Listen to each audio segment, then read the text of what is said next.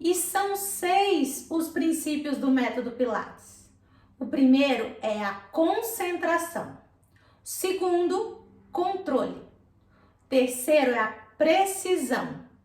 O quarto, a fluidez. O quinto, a respiração. E o sexto, a centralização. Para uma boa ativação neuromuscular, o indivíduo deve estar concentrado no movimento que ele está executando. Quanto maior a concentração do indivíduo durante o exercício, maior será a qualidade do movimento que ele realiza. Durante os exercícios, o indivíduo deve controlar o movimento. Todos os exercícios devem ser feitos de forma consciente. Isso irá ajudar a aumentar a conexão entre o corpo e a mente. Com relação à precisão e fluidez, para o método, todos os movimentos devem ser feitos de forma fluida e precisa. Para o método, não importa a quantidade de movimentos, e sim qualidade de movimento. Outro princípio importantíssimo no método é a respiração. Uma respiração adequada encoraja uma boa circulação sanguínea. Durante os exercícios, a respiração correta deve ser estimulada, porque isso evita tensões musculares inadequadas e estimula um relaxamento das estruturas também de forma adequada. E como é feita a respiração do método Pilates? Primeiro, você deve inspirar pelo nariz e durante a inspiração deve estimular uma expansão lateral do tórax. A expiração deve ser feita pela boca e deve ser realizada de forma forçada, ativando músculos como os abdominais, multifídios e assoalho pélvico.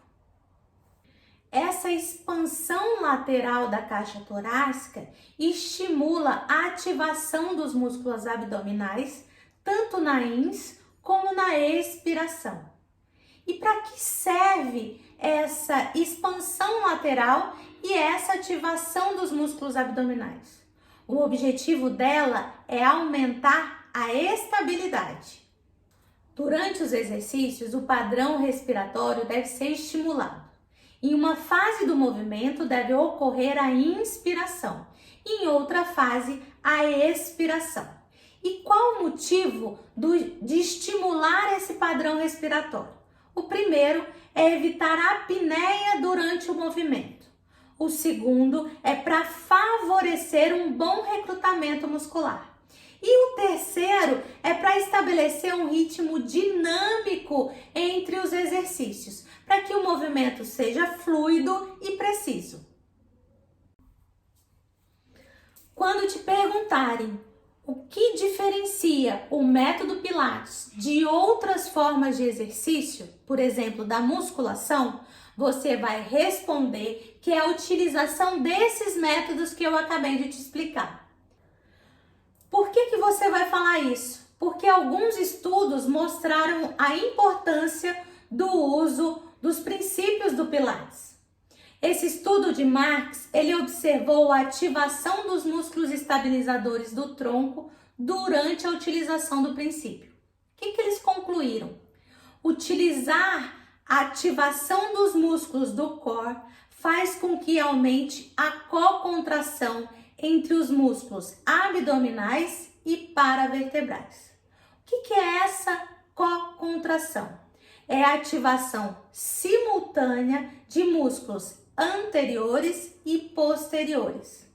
Quando você estimula uma ativação simultânea de músculos abdominais e paravertebrais, utilizando o princípio da centralização, você vai conseguir uma maior estabilidade do tronco. Isso é importante para ser usado com pacientes, por exemplo, com dor lombar. Esse estudo observou tanto o grupo controle como pacientes com dor lombar. E ele recomenda o uso do princípio da centralização para esses pacientes com dor lombar que necessitam estabilidade da coluna. Outro estudo bastante interessante é o estudo de Barbosa e colaboradores. O que ele fez? Ele observou a ativação do músculo bíceps quando se utilizava o princípio da centralização e quando não se utilizava o princípio da centralização. O estudo dele foi bastante simples. Ele simplesmente solicitou uma flexão do cotovelo em 2 momentos diferentes. Quando os indivíduos estavam ativando a musculatura do core e quando eles não estavam ativando a musculatura do core. O que ele observou?